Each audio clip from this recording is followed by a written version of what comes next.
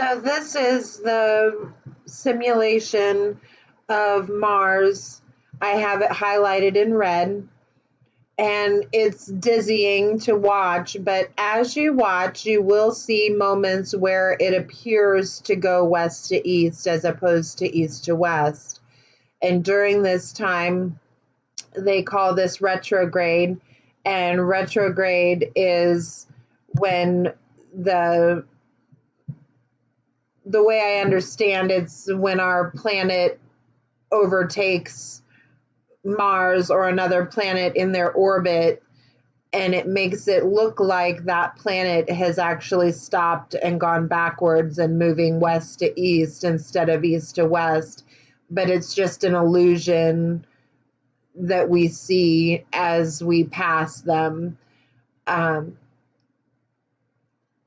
I noticed on several of the other simulations in the assignment that you could actually see like a loop or a zigzag in their simulations. It was hard to get this one to do that, but if you watch it at a very fast speed, you will see the slight backwards motion, and that was interesting to find out that it really is just an illusion.